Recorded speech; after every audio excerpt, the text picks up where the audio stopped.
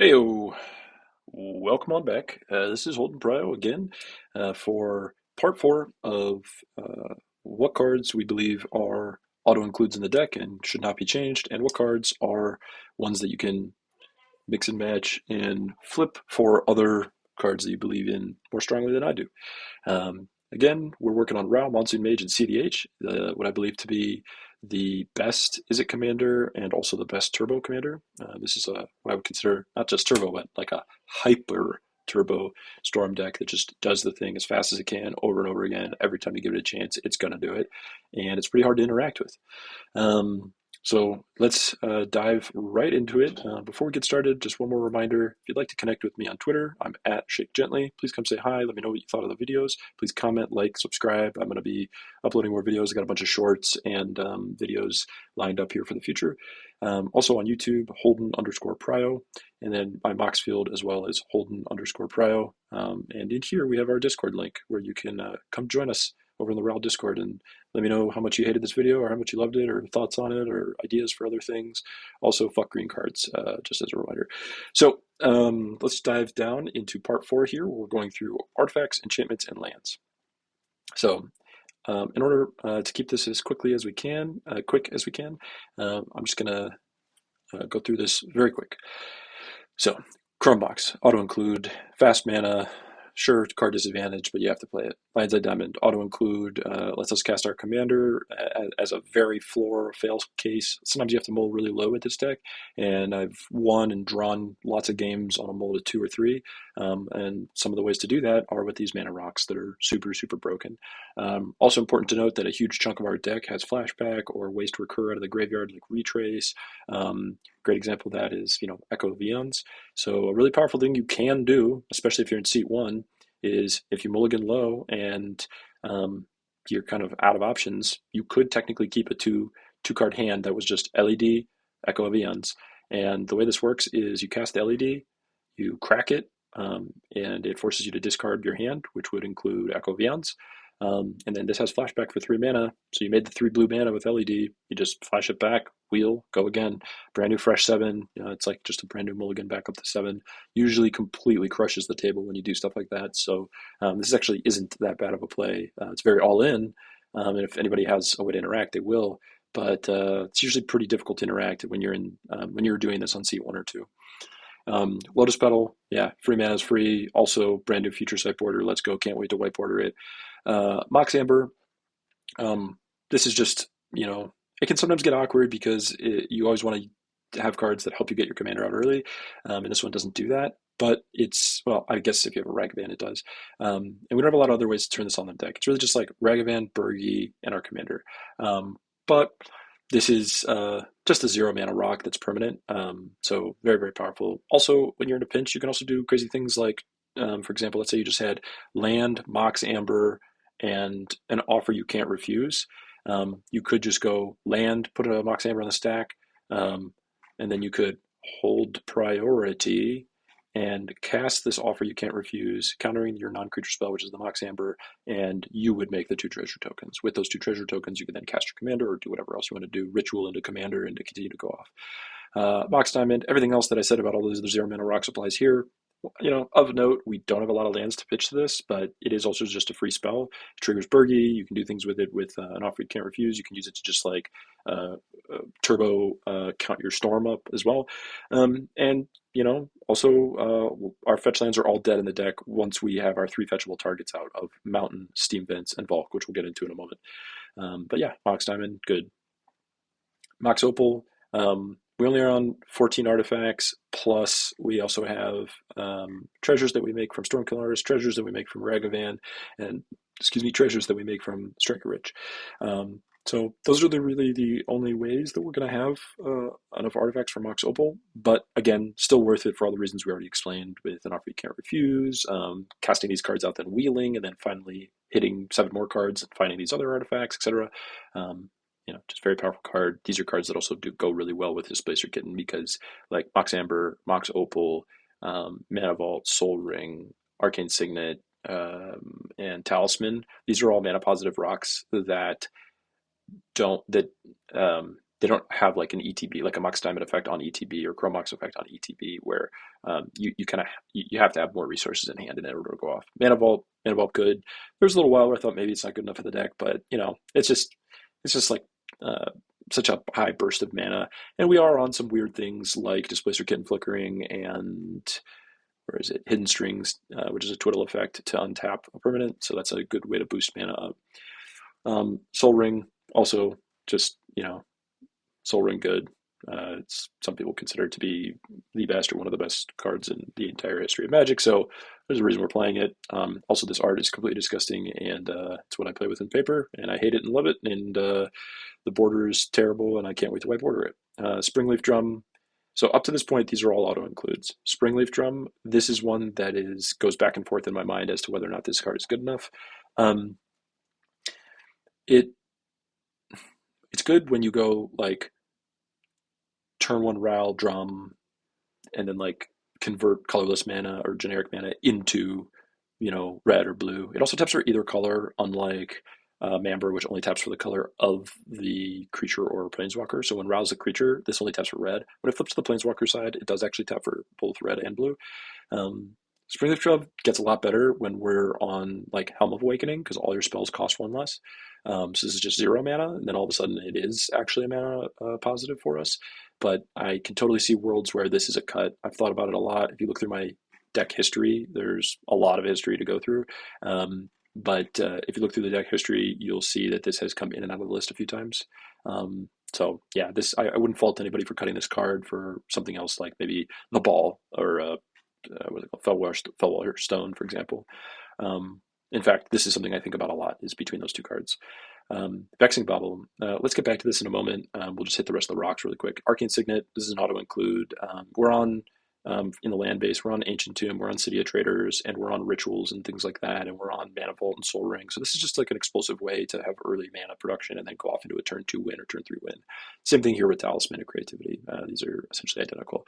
Of the 3 of these effects, which are Arcane Signet, Talisman and Creativity, and then the Ball, they're in that order of what's the best. So Arcane Signet is the best, second best is Talisman of Creativity, and then the third best is the Ball, because the Ball doesn't technically always give you the mana that you need. It's very, very rare that there isn't another person at the table who's playing at least red and blue, but I suppose it comes up. So all right, now let's get to the 3 weird cards here.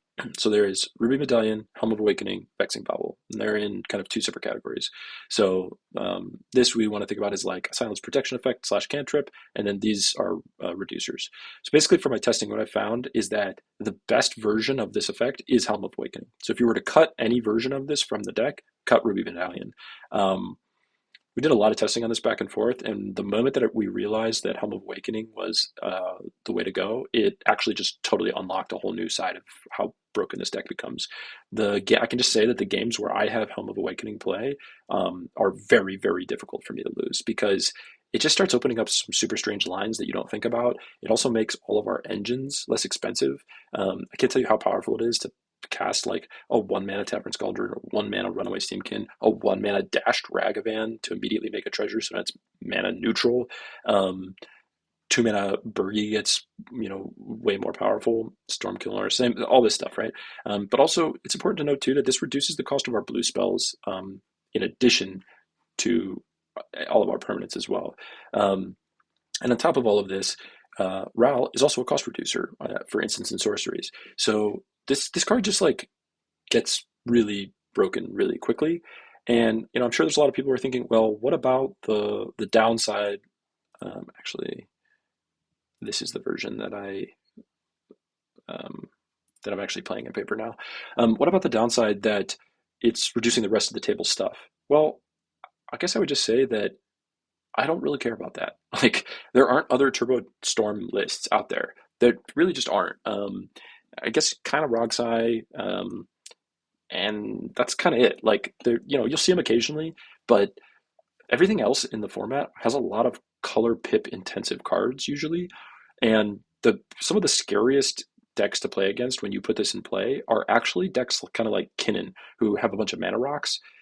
Just artifact decks in general. It's scary to put this in play against like a turbo artifact deck, but that's just like not a huge part of the meta right now.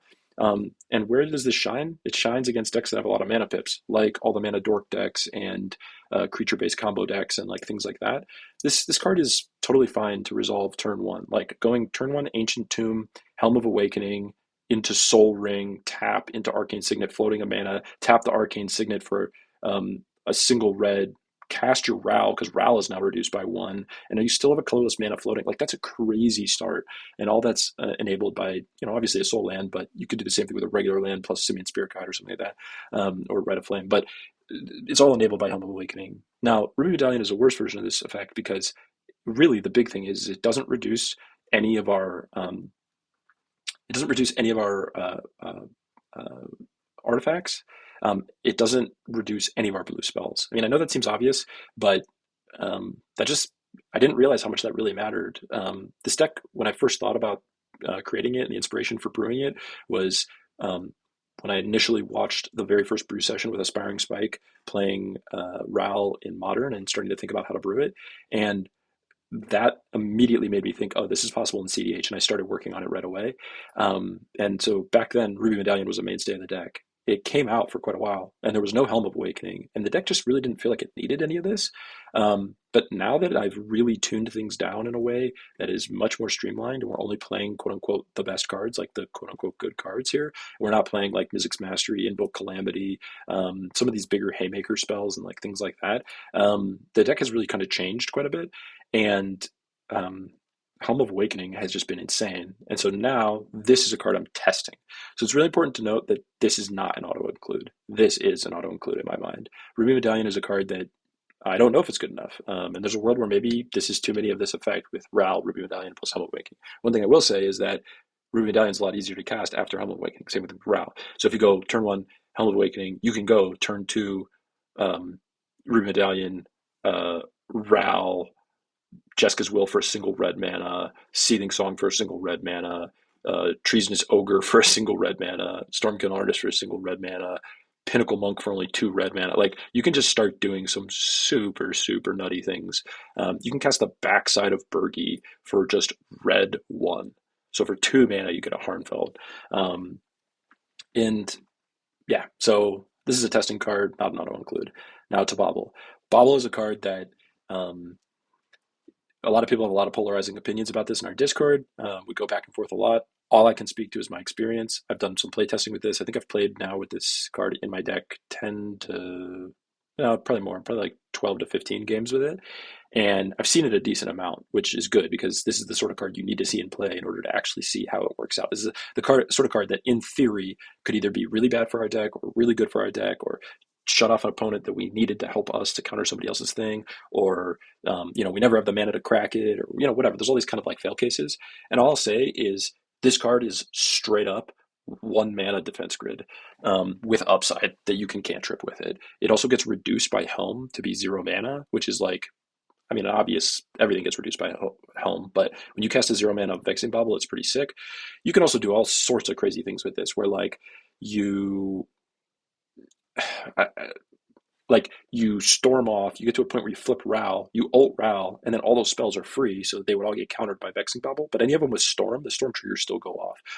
Or you crack the Bauble before you cast all those spells. And now because you have 8 free spells, it's a lot harder for your opponents to use all their things. Vexing Bauble is also like very, very much so anti-Rhystic, anti-Mystic attack, like Rhystic Study, Mystic Remora attack. So card advantage engines that are in play, if this thing is in play when you're trying to go off, I just feed them. I'm like, I don't care. Sure, draw all your cards. I mean, I'm going to feed them anyways with Storm deck, but draw all your cards. Then I'm going to put a wheel on the stack. I'm going to wheel. You can't stop it because out of the two of us, I'm more prepared for this turn than you are. Most of the time, I'm trying to go off on turns 1, 2, 3, and a lot of times people aren't leaving open mana for me. And if they are, it's not enough. Like one thing is not enough. They thought they were good because they had a force in hand or a fierce in hand or a swat in hand or whatever. But all of a sudden, all those cards are turned off by Bauble. It also just does some super broken things when you're in seat 1 or seat 2. Like I had a game in this recent tournament, the first actual game of the tournament. I went turn 1, land, Bauble, pass, and the table was just like, oh, fuck. The seat 2 had kept a hand that was land Chrome Mox, but the land they had was Talon Gate, so it doesn't actually tap for the mana of the color that they needed. So they couldn't cast any spells for the first like 3 or 4 turns of the game. And there was another stacks player at the table. There was a green white player at the table. So then they became the biggest threat. They started creating a board. They were on El I don't know, Elamir or something. It was like a green white enchantment roll thing. And they started to go off. And then all of a sudden the whole table had to deal with them. There was a Dranith in play. Somebody removed the Dranith. We go to my turn. I still have a Bauble in play. And it just popped off. Basically, I just looked at the way that Legacy and Vintage viewed this card. This card is fucking restricted in Vintage. You know what else is restricted in Vintage? The Power 9. I mean, granted, these are not the same power level, but it's that good. It's banned in Legacy. It is fucking banned in Legacy. So to me, after all my playtesting so far, I do see this as an auto include. You could build versions of this deck where you don't play this and maybe play Defense Grid instead. But for right now, for the way things are going and the way that the deck has been playing for me, this is an auto include. So of our full list, as a reminder again, Springleaf Drum, Ruby Medallion, these would be the two that are not auto includes that you could kind of swap for something else if you want to play it the way I'm playing it. Enchantments, these are all auto includes. Honorable Breaches are win, Rhystic, Mystic, I don't really have to talk about them. I don't even play Rhystic Study anymore. I just play Unstable Harmonics, lol. And then let's go into the lands. So here in the land section, you'll notice I'm on an extremely high land count of 21 right now. I'd prefer to be on 19 or 20, but for the tournament, I was kind of trying to play it safe. And I think if I'm just like not memeing, all jokes aside, being very serious, I genuinely believe that there's a strong case to be made that we should be on, uh, you know, I hate to say it, but we should be on at least 20 lands. I would love to be on lower. Um, I have played with 19 before and ran just fine. There's so many cantrips. There's so much free mana, but it just leaves you a bit more vulnerable. You're more explosive, but I don't think that's really what the deck needs to be more explosive. Like it, in my eyes, is the most explosive deck in the format right now. So that's not the area we need to improve in. We need to shore up our other parts of our game. Um, so 20 to 21 lands is a good spot to be in. You'll notice of our 21 lands, there's only 16 real lands, and of these 16 real lands, there are 1, 2, 3, 4, 5, 6, 7 fetches. Okay, so of our 16 real lands, 7 of them don't tap for mana because they just fetch out another land. And what are the fetchable targets for these lands? Steam Vents and Volk can be fetched by any of the fetches, and then Mountain can be fetched by half of the fetches. So Arid Mesa, Bloodstained Mire, Scalding Tarn, and Wooded Foothills can always find the Mountain. So it is important to note that if you went on like mulligan decisions and things like that, when you're thinking about or just sequencing, it's important to try to grab the Mountain. Like, don't be too greedy and always go for your blue-red sources because it might turn off a later fetch. Like, let's say you go turn one fetch for off of a red fetch, turn one fetch for Steam Vents, and then off of a Bloodstain, yeah, or off of like a Flooded Strand or whatever on the second turn, you go and you fetch your Volk and you get stopped. You go to turn 3, and for land for turn, you draw a Bloodstained Mire, or sorry, other way around. You draw a Misty Forest, Rainforest. Well, that Misty Rainforest can only find a forest or an island, and you don't have any technical islands left in the deck. You just have a mountain. So you just have to be careful about the way you're sequencing your fetches, basically.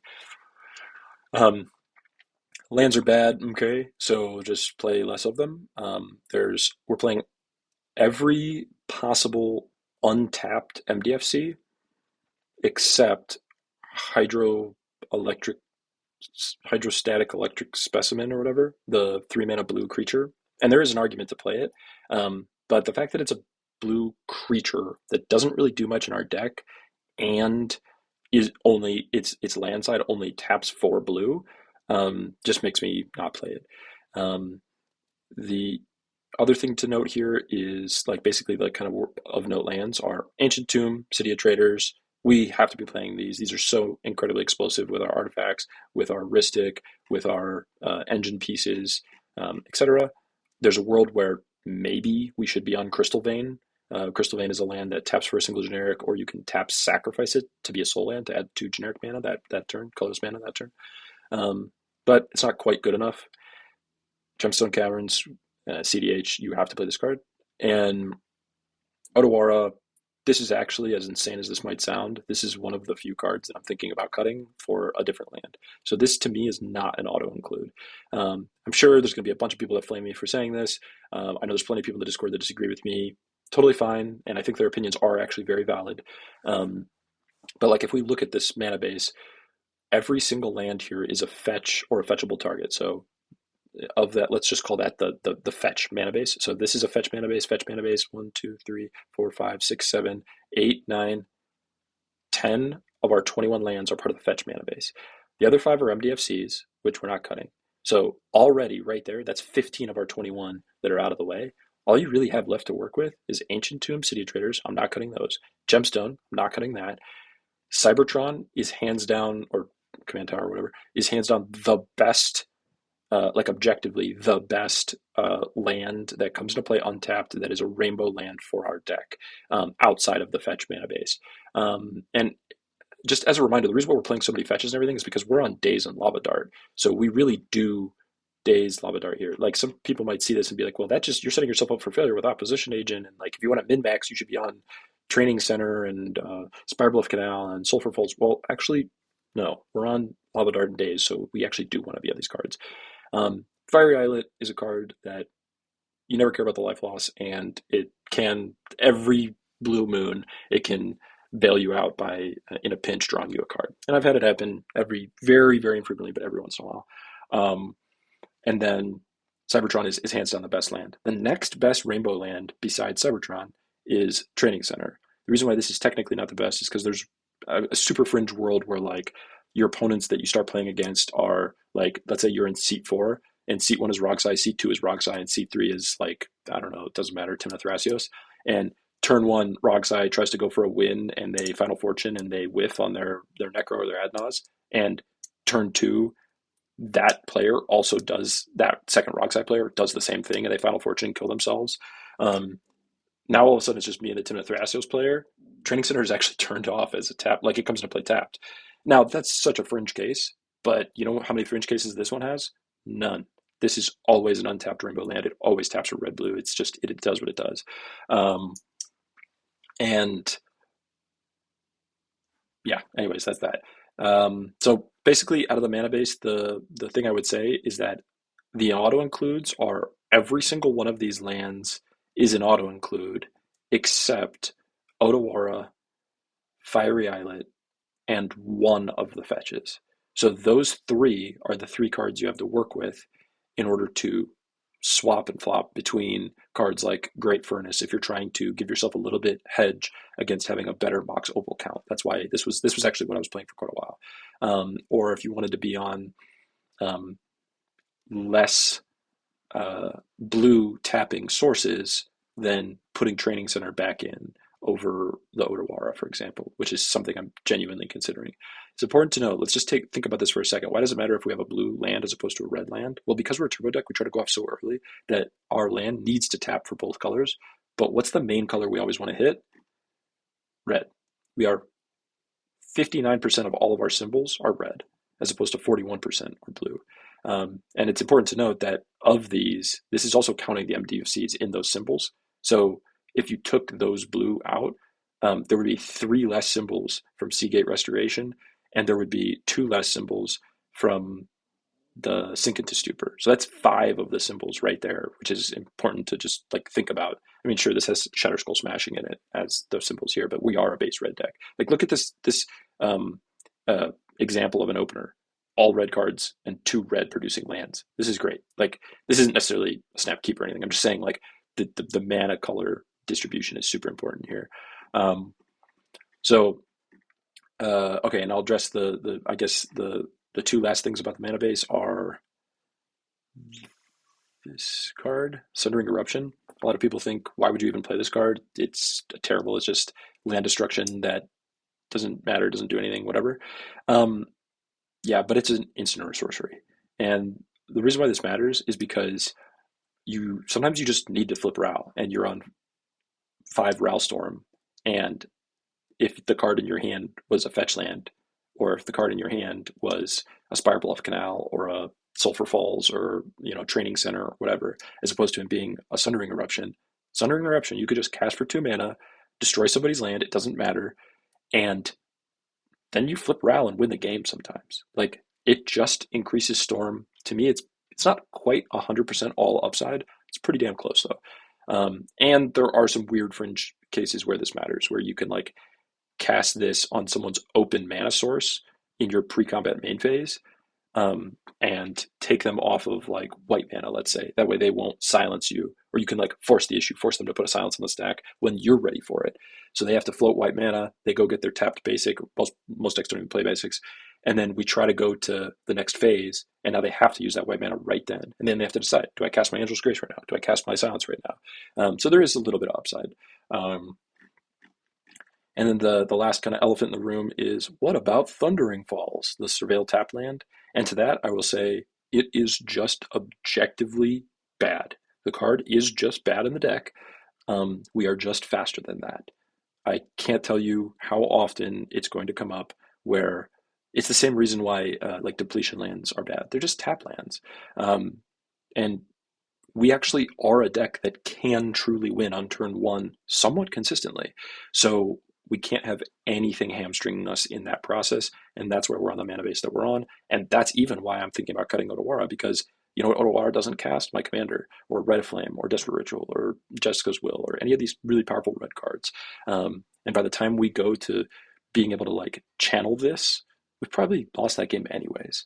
For now, I'm leaving it just because it's good enough, but I'm always thinking about swapping this out for another red producing land.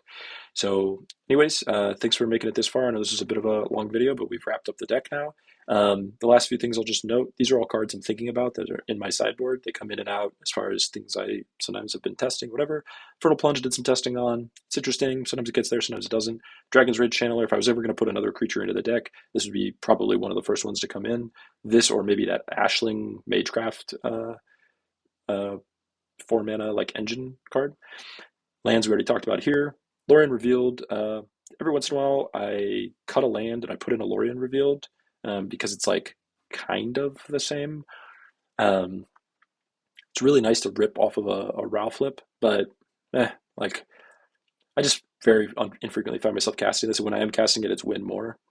Highway Robbery is definitely a card that I think about a lot to swap back out for Rob the Archives. So that's definitely one that is in the top of my mind. Malevolent Hermit, I actually really like because we dump so many cards into our yard. This is a pretty powerful line with Intuition where you can actually dump this into your graveyard and like I used to do this in Wheeliod, where you put a Malevolent Hermit in your yard, and then you also put another powerful card in your yard, like a card that is like a wheel or something, like an Echo of the Eons. And then the card that you want to have for the turn is like a counter spell. So someone tries to win the game, you intuition in response, you force your opponents to put a Malevolent Hermit and a Echo into the yard, and then you keep the Force of Will or whatever. You cast the Force of Will, whatever. And then when you get to your turn, you get to just disturb this Malevolent Hermit out of the yard, which is pretty hard to counter because it's a creature. And then it just says non-creature spells you control can't be countered. Full stop. It also does some pretty busted things with Vexing Bauble, because then all of a sudden you just keep the bauble in play. Sure, it'll trigger, but it doesn't matter. Your stuff can't be countered. So yeah, this is one I think about quite a bit actually. And the front side's not terrible. You can just like play it on like a bad board state and then like counter somebody's win attempt and then flip it over and then recast it out of the yard. Like, so anyways, it is a creature, it is a blue card. There's a bunch of reasons why I'm not playing it, but something to think about. This is like tech for tournaments. I always play Slimed when I think the tournament is very like Magda and Sisay and Timna Thrasios heavy. It just gets people and they can't respond to it. This is Trickbind, by the way. Breakthrough is a very powerful draw card. I used to play it in the original version of the deck. It's a blue card though, and it has enough downside, and our instant sorceries are good enough that I'm not on it. Lightning Bolt, it's just like a relic of times past. It's just like not quite good enough in the deck anymore. If I was going to play another effect like this, I'd be on Flame of Anor. This is a card that D-Mage is really hot for. And I can see why it's good, but I'm not on it because I keep finding myself really choked on the fact that it's 2 mana and one of them is blue. Like, that's pretty rough. Battle Hymn is really, really close to being in the deck. It's an instant. It's a ritual. It always is mana or mana neutral because you have Ral out. But if you have any other creature out, all of a sudden it's just a better Rite of Flame. And we want as many of these effects as we can get. But I've done some testing with this and Infernal Plunge, and I found that it's like only okay and like a little awkward sometimes. Final Fortune, I just found that we don't need it. yeah, it does the thing, but we're also a deck that like tries to like ramp up and then like do everything all on the turn. And if you then have to like cover your ass by resolving a Final Fortune, a lot of times you go to the next turn and you don't have like the consistency to continue to go off. It is good against like a Silence or an Angel's Grace, but yeah, I took it out of the deck, especially because it's two red pips, so it can't even be reduced. There's a world where you could be playing this, and I could totally see somebody playing this. The ball we talked about in the artifact section. Inner Fire. This is a card that I keep trying to make work. It's so close.